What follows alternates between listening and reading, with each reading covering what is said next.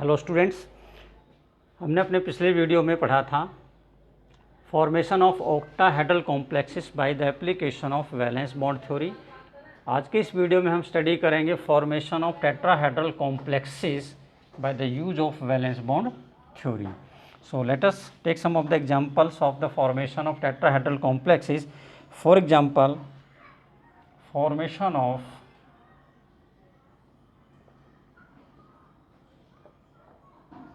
NiCO4 0। पहले oxidation number निकाल लेते हैं। निकिल का ऑक्सीडेशन नंबर क्या होगा? यहाँ पे निकिल का X मान लिया हमने। CO carbon monoxide means molecule है, न्यूट्रल मॉलिक्यूल है तो 0 होगा। सो 4 × 0 = 0। सो X = भी क्या आ गया? यहाँ पे 0 आ गया। इसका मतलब निकिल का ऑक्सीडेशन नंबर यहाँ पर है 0। So let us take the electronic configuration of nickel. Nickel 28 इसका एटॉमिक नंबर है, so it will be argon 18। अब हमारे पास बचता कितने हैं? 10 इलेक्ट्रॉन बचते हैं, तो इसका मतलब क्या होना चाहिए? 3d8 4s। तो इसका आउटर सेल इलेक्ट्रॉनिक कॉन्फ़िगरेशन होना चाहिए एज पर रूल्स। नाउ क्योंकि यहाँ पर ऑक्सीडेशन नंबर इसका 0 है तो कोई भी ऑक्सीडेशन नंबर हमें लेने की यहाँ पर आवश्यकता नहीं पड़ रही है। Late us see it in the orbitals. तो अगर हम ऑर्बिटल के अंदर इसको दिखाते हैं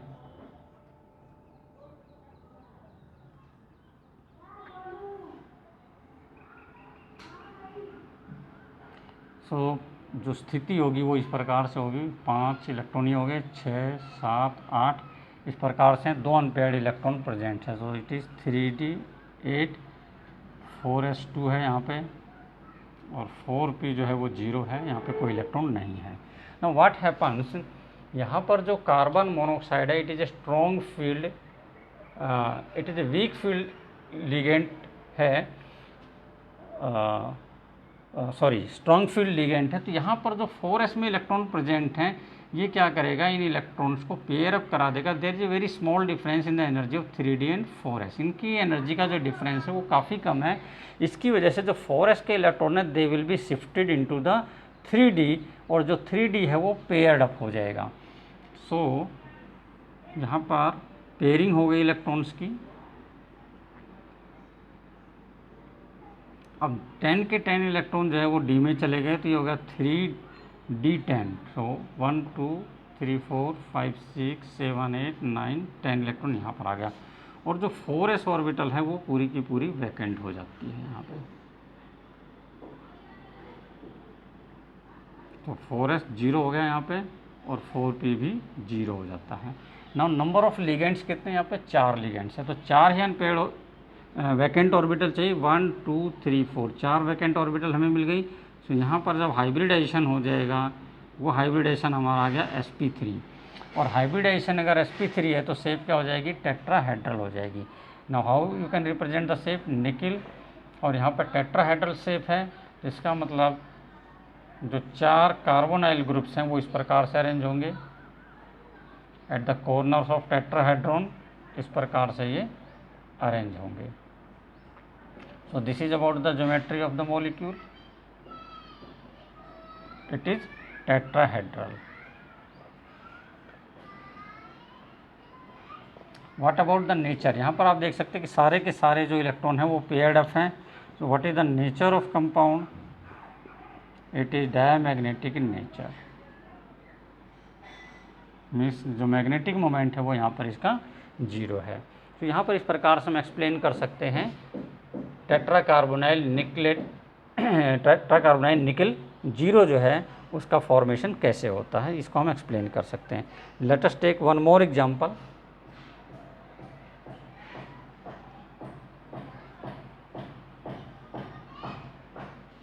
फॉर्मेशन ऑफ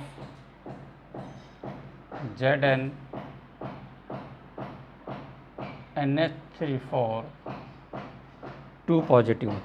अब इसके केस में देखिए क्या है, इलेक्ट्रॉनिक कॉन्फ़िगरेशन ऑफ जिंक लेंगे, 30 है यहाँ पर इसका।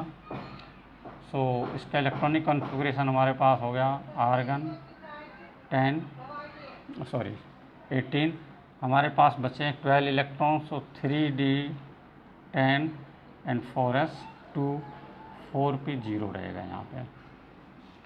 नाउ अगर इसका आप निकाल करके देखेंगे ऑक्सीडेशन नंबर तो आएगा 2 पॉजिटिव, सो Zn 2 पॉजिटिव का इलेक्ट्रॉनिक कॉन्फ़िगरेशन करेंगे, सो आर्गन 18। अब हमारे पास बचे हैं केवल 10 इलेक्ट्रॉन्स बचे हैं, ये 10 इलेक्ट्रॉन जाएंगे 3d10 के अंदर, 4s 0 हो जाएगा, 4p 0 हो जाएगा।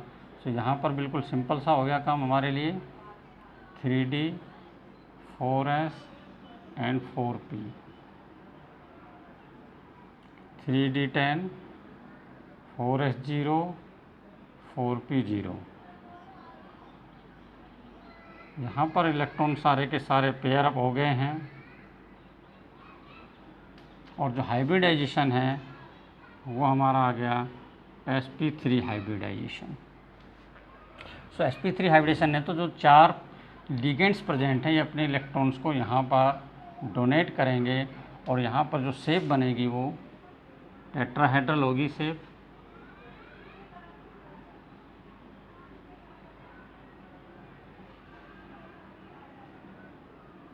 It will form a tetrahedral complex, 2 positive. So this is about the formation. Now what is the magnetic behavior? It will be diamagnetic in nature. It is diamagnetic in nature. So this is how we can form the tetrahedral complexes. तो tetrahedral कब बनेगा? जब hybridisation होगा sp3, और sp3 किन परिस्थितियों में होगा? जब या तो जो लिगेंड है वो कैसा हो, या तो वीक फील्ड लिगेंड हो ताकि पेयरिंग ना हो, या फिर स्ट्रॉन्ग फील्ड लिगेंड हो है तो जो s में इलेक्ट्रॉन हैं 4s के अंदर वो इलेक्ट्रॉन पेयर अप हो जाए जा करके 3d के अंदर, ताकि जो 4s ऑर्बिटल है और p ऑर्बिटल है वो हमें वैकेंट मिल सके। तो ऐसी स्थिति के अंदर sp3 हाइब्रिडेशन आएगा और जो ज्योमेट्री होगी वो टेट्राहेड्रल होगी। अब अगर कोऑर्डिनेशन नंबर 4 है तो हमारे पास स्क्वायर प्लेनर भी बन सकते हैं। So let us take a few examples of formation of square planar complexes.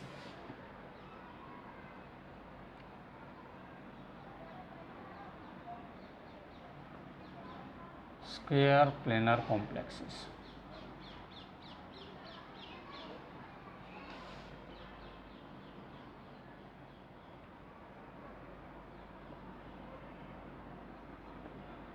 पहले हम ले लेते हैं स्क्वायर प्लेनर के अंदर फॉर्मेशन ऑफ NiCN4 2 नेगेटिव, इसके बारे में स्टडी करते हैं। सो चलिए पहले हम निकल का ऑक्सीडेशन नंबर निकाल लेते हैं। ऑक्सीडेशन नंबर ऑफ निकल कैसे निकालेंगे? x plus 4 into -1 is equal to -2, so x minus 4 is equal to -2, x is equal to हमारे पास आ गया 2। सो ऑक्सीडेशन नंबर निकल का है यहाँ पर 2 है। सो पहले इलेक्ट्रॉनिक कॉन्फ़िगरेशन लिख लेते हैं। इलेक्ट्रॉनिक कॉन्फ़िगरेशन ऑफ निकल 28 is equal to argon 18 3d8 4s2। अगर 4p भी लिखते हैं तो ये हो गया हमारे पास 0। नो निकल 2 पॉजिटिव अगर लेते हैं तो ये हो जाएगा argon 18 and it will be 3d8 4s0 4p0। Orbital electronic configuration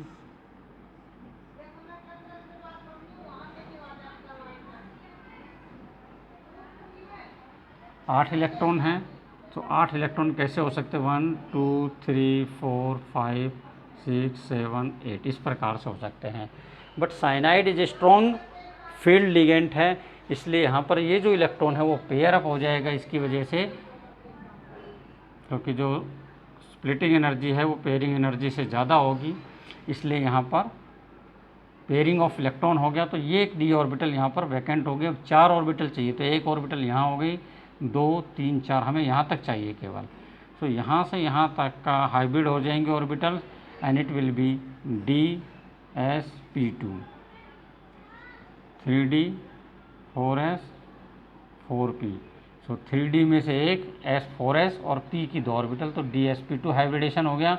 इसका मतलब जो ज्योमेट्री हो जाएगी that will be square planar, it will be square planar geometry. तो इसका मतलब ये जो मॉलिक्यूल है वो कैसे बनेगा हमारे पास में, nickel in the centre, it will be square planar like this. Ammonium ion cyanide जो है वो चारों कॉर्नर पे प्रेजेंट होंगे स्क्वायर प्लेन के, टू नेगेटिव। इस प्रकार से इसकी ज्योमेट्री बनती है। So this is about the formation of टेट्रासाइनोनिकलेट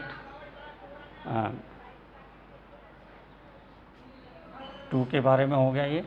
late us take one more example.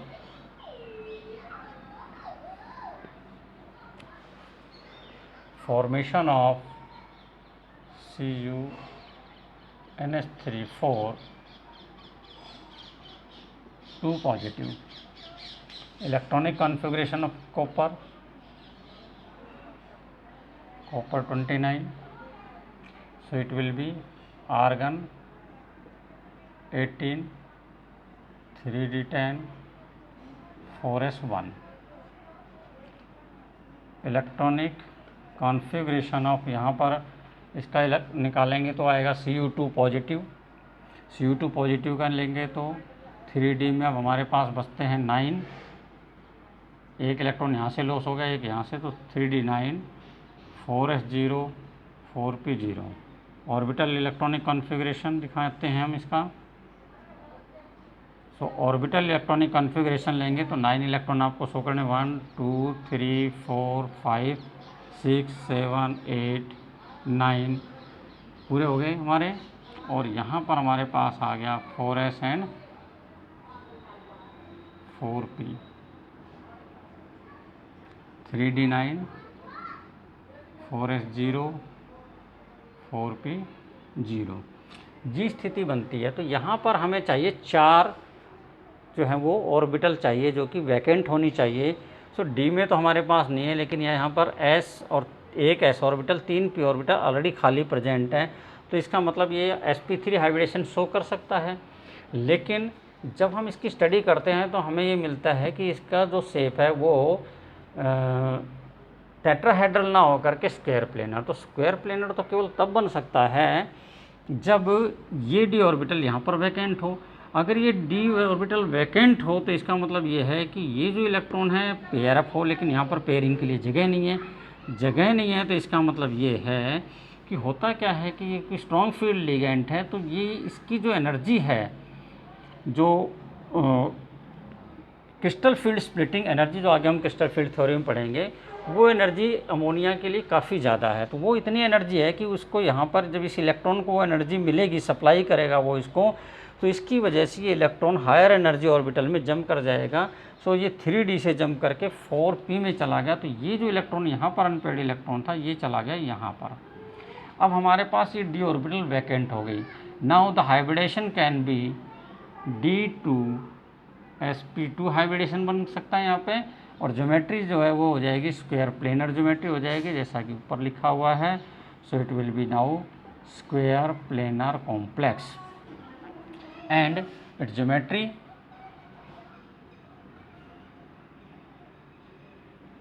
CuNH3, चारों कॉर्नर पर स्क्वायर प्लेनर के अमोनियम आयन प्रेजेंट होगा एंड 2 पॉजिटिव। तो इस प्रकार से यहाँ पर बनता है। What will be the magnetic behaviour, यहाँ पर क्योंकि एक अनपेयर्ड इलेक्ट्रॉन प्रेजेंट है, so it will B paramagnetic in nature and its magnetism belongs to one unpaired electron. So this is about the formation of tetraamine copper 2 complex ion. अब कुछ important इससे related जो हम observations हैं उनके बारे में डिस्कस करते हैं द फॉर्म ऑफ क्वेश्चंस। अब क्या ऑब्जर्वेशन हमें विशेष रूप से यहाँ पर मिलती है,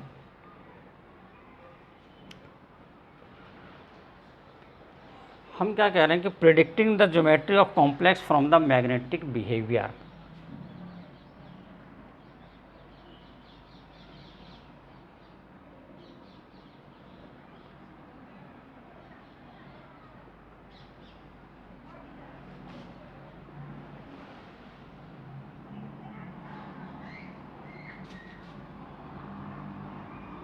फ्रॉम मैग्नेटिक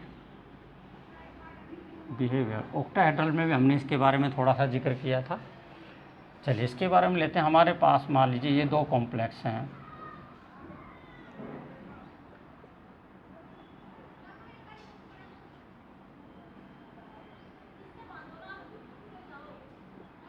ये दो कॉम्प्लेक्स दिए गए हमें। अब इन दो कॉम्प्लेक्सेस के बारे में जो है उसके बारे में क्या दिया गया है कि यहाँ पर इसका 2 पॉजिटिव है, सो जो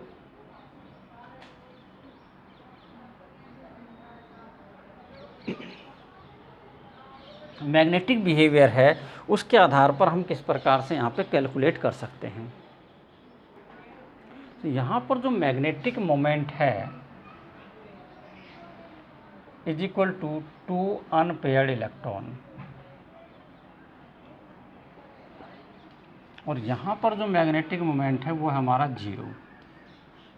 तो इसके आधार पर हम कैसे हम प्रिडिक्ट करेंगे कि इनकी ज्योमेट्री क्या होगी। अब हम इसके लिए आते हैं इनके इलेक्ट्रॉनिक कॉन्फ़िगरेशन पर। यहाँ पर अगर हम इस वाले कंपाउंड के अंदर देखें, दोनों को हम पैरेलल लेके चलते हैं, यहाँ पर इसका जो ऑक्सीडेशन नंबर है निकल का आता है 2 पॉजिटिव। तो 2 पॉजिटिव के लिए अगर हम इलेक्ट्रॉनिक कॉन्फ़िगरेशन करते हैं, निकल होता है 28। सो 28 में से 2 इलेक्ट्रॉन आपके निकल चुके हैं तो 26 बचते हैं। सो आर्गन हमारे पास हो गया 18। सो हमारे पास बचते हैं इलेक्ट्रॉन की संख्या 8 बचती है। सो 3d8 हो गया, 18 + 8 26। सो ये 26 का इलेक्ट्रॉन का डिस्ट्रीब्यूशन हो गया, 4s 0 हो गया हमारे पास और 4p 0 हो गया। यहाँ पर भी अगर आप देखते हैं सो निकिल जो है, थोड़ा सा मैं इसको अलग लिख लेता हूँ यहाँ पर साइड में, NiCN4 2 नेगेटिव।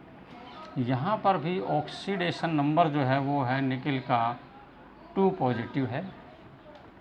सो जो डिस्ट्रीब्यूशन है Ni2 पॉजिटिव का यहाँ पर भी वही मिलेगा हमें, दैट इज़ 18 यहाँ पर चले गए, 3d8, 4s 0 एंड 4p 0। चलिए अब हम यहाँ पर इसको ऑर्बिटल इलेक्ट्रॉनिक कॉन्फ़िगरेशन में कन्वर्ट कर लेते हैं।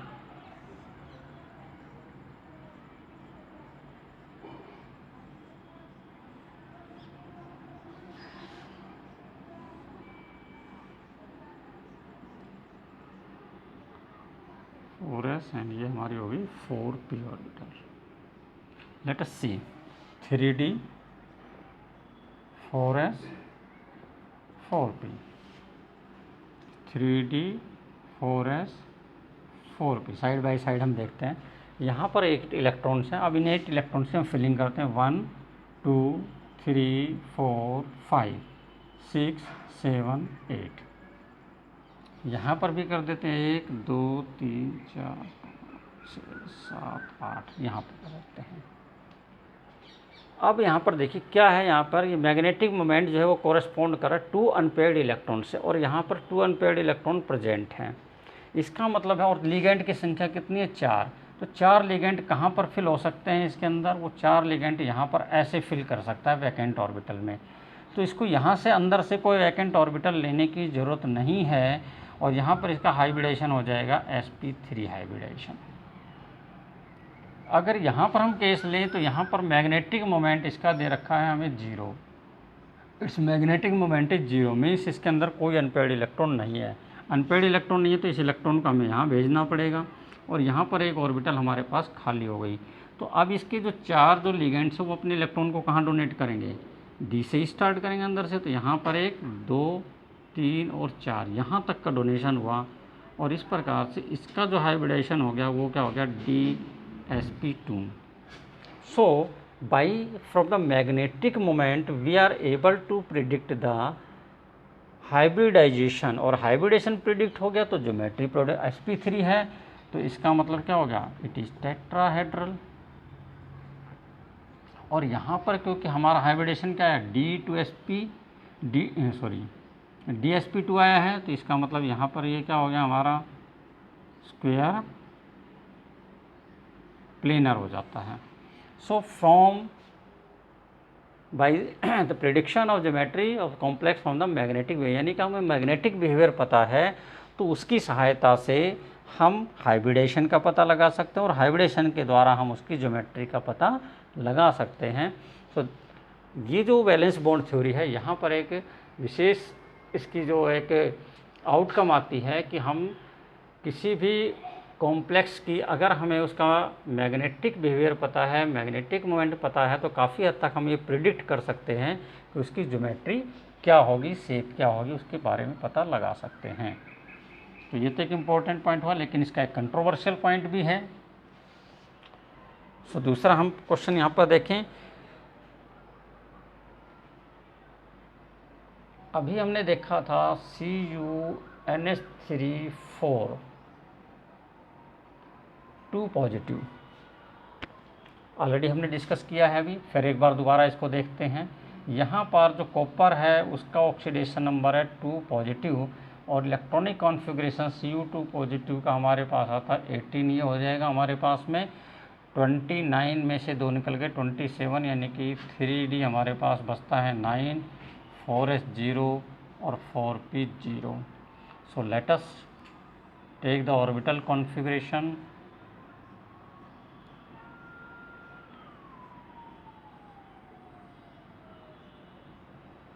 सो 9 इलेक्ट्रॉन्स को हम कैसे फिल करेंगे, 1 2 3 4 5 6 7 8 9।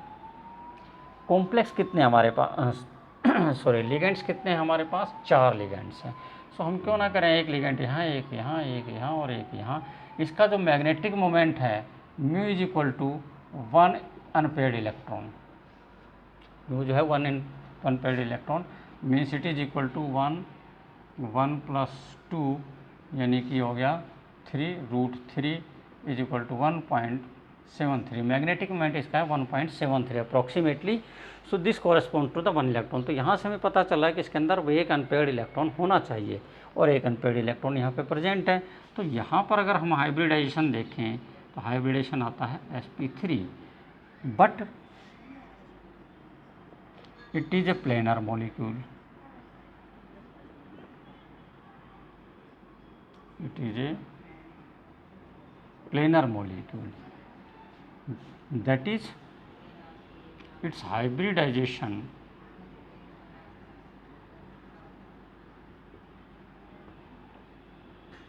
is DsP2, प्लेनर है, और इसके हाइब्रिडेशन क्या है, DsP2 है। अब DsP2 करें तो क्या हो जाएगा,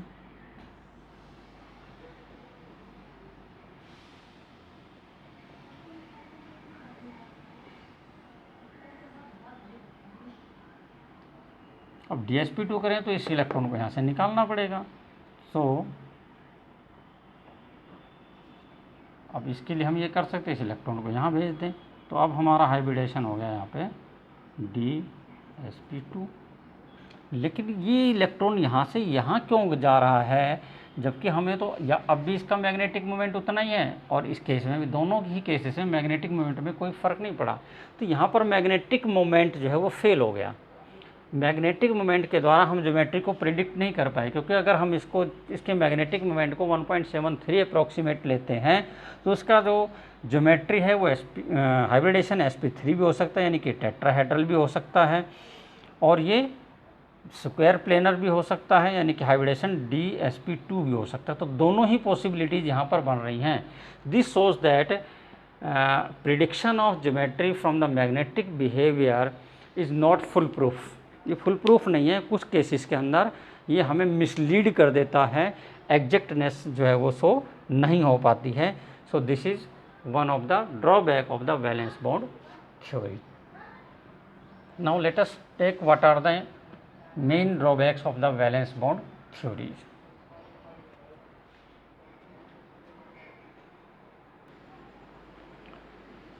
सो कुछ ड्रॉबैक्स हैं वैलेंस बॉन्ड थ्योरी की, जैसे कि सम मेटल्स जो हैं वो सेम ऑक्सीडेशन स्टेट में इनर कॉम्प्लेक्स भी बनाते हैं जबकि आउटर ऑर्बिटल कॉम्प्लेक्स भी बनाते हैं। जैसे कि यहाँ पर हमने देखा CO3 पॉजिटिव, यहाँ पर भी CO3 पॉजिटिव है। अमोनियम आयन के साथ जब इसका कॉम्प्लेक्स बनता है तो ये इनर ऑर्बिटल कॉम्प्लेक्स बनता है, जबकि फ्लोराइड के साथ हम इसका कॉम्प्लेक्स बनाते हैं तो ये आउटर ऑर्बिटल कॉम्प्लेक्स बनता है। तो ऐसा क्यों है, इस चीज़ का एक्सप्लेनेशन हमें यहाँ से नहीं मिलता है। दूसरा क्या है कि जो मैग्नेटिक बिहेवियर हम प्रिडिक्ट करते हैं, मैग्नेटिक मोमेंट जो प्रिडिक्ट करते हैं इस वैलेंस बॉन्ड थ्योरी का इस्तेमाल करके, वो कई बार मिसलीडिंग होता है, वो सही नहीं आता है। जैसे निकल 2 पॉजिटिव, अगर हम Ni2 पॉजिटिव लेते हैं, 2 पॉजिटिव लेते हैं अगर हम निकल 2 पॉजिटिव, तो इसका जो आउटर सेल इलेक्ट्रॉनिक कॉन्फ़िगरेशन है वो हो जाता है 3d8 हो जाता है।